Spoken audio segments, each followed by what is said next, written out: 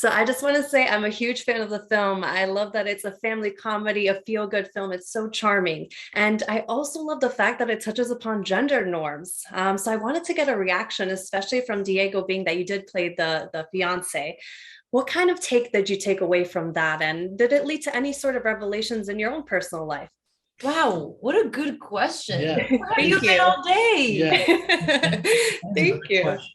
I mean, I think it's great to showcase to have a movie where it changes, those gender norms, where it's okay to see that it's the woman who proposes, independently as to whether it happens or not, but just empowering that and being cool with that, and also showing that it's okay to play a guy who happens to be super in love and devoted to his fiance.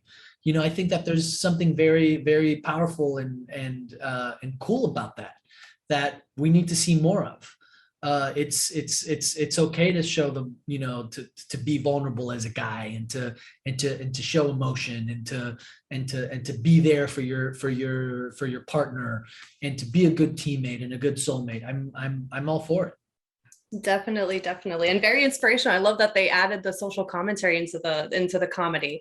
And so I'd love to know from you, Adria, in regards to your background, what did that feel like, having sort of that representation on screen and bringing all these different cultures? I know that you've traveled with your father as well, who is a famous Latin American singer. And how did all that influence your character as well? Well, it was interesting because I was incredibly protective, I think, from both sides, even when beginning to do the movie and when talking to Gaz and when talking to Diego, because I grew up in Mexico and I wanted to make sure that the Mexican side was represented right. And like, I was so into like the costume fittings, and I was like, Diego, please tell me that they're dressing you. You should wear this and you should wear that. And Diego was like, girl, I got it. Till this day, she still tells me what to wear. Love it. Right. He has the best sense of style. I'm like, I really like it. I tell you more, you should keep it. Steal it. You should steal that shirt. It looks really good on you. Love it. And I think with that, I was incredibly protective of like both sides. And I also lived in Miami for so long. So I know I know that world. So I really wanted to make sure that when my friends from Miami watch it, when my family from Puerto Rico or Mexico, or even my extended family in Cuba, that they watch and are like, yeah, that's us. So I was really protective of that. But I also felt, the differences that we have culturally was also really important to shine a light to. I had nothing to do with this. This was very much Gaz, our director, who really, and Andy, and I think the both of them together highlighted the differences in our cultures so well, while also kind of showing the world that we're all the same. We all have crazy families. We all have family members that have way too many opinions.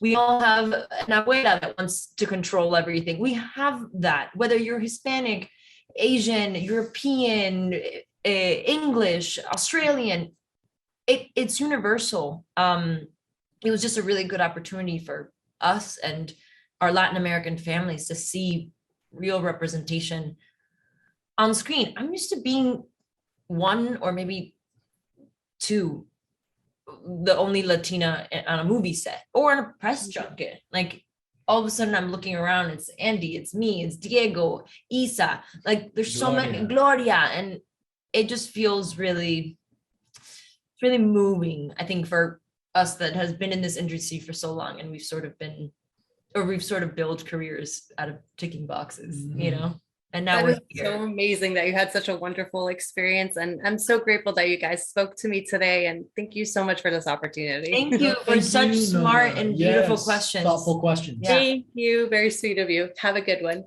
Bye-bye. Hi, how are you? I'm Nova from The Nocturnal. Hi. Hi, how's it going? Good. Good. So I want to start off by saying I am a huge fan of the film. I love how quirky and funny and feel good it is. Chloe, I know you have a huge background in SNL, and I'd love to know what kind of character traits and what kind of lessons did you learn from that set that you brought onto this set?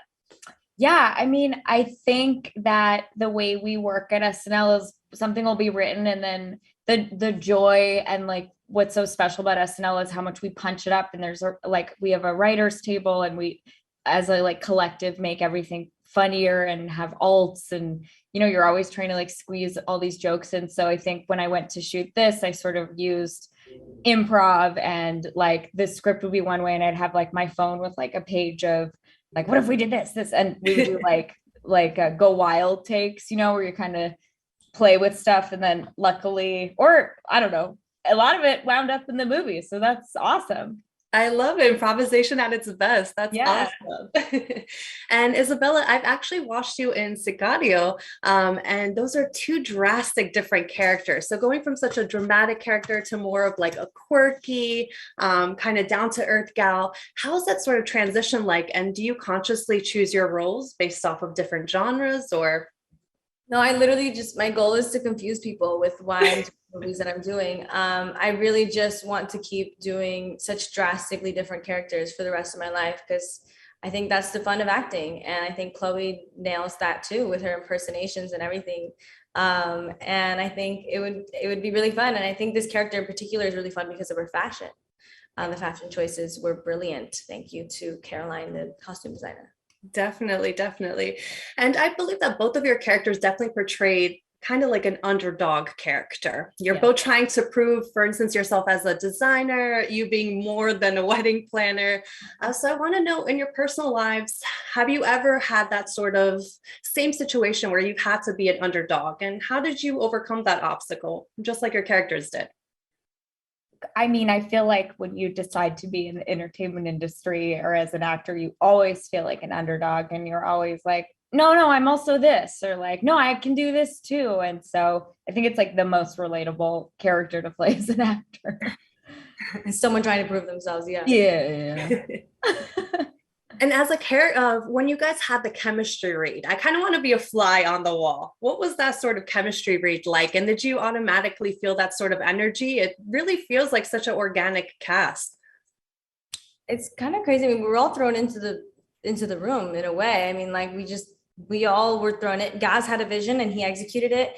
But I will say, like, seeing Casey on set was a surprise, who played Kyler. That was a surprise for me. I didn't know he was going to be there. And when it happened, I was like, ooh, okay.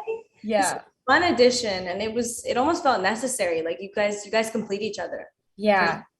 I didn't have a chemistry read, but I did pitch to Gaz that my character had an assistant, and then they hired my actual best friend, Casey, in the movie. And he kind of showed up and everyone was like, wait, what? And then we had all this stuff, planned to try, and it was really amazing. I love that. You learn something new every day. Yeah. Thank you so much, guys, for your time. And I wish you all the best with all the future projects. Thank you, Nova. Thank you. Bye. Nice meeting you. Nice meeting you.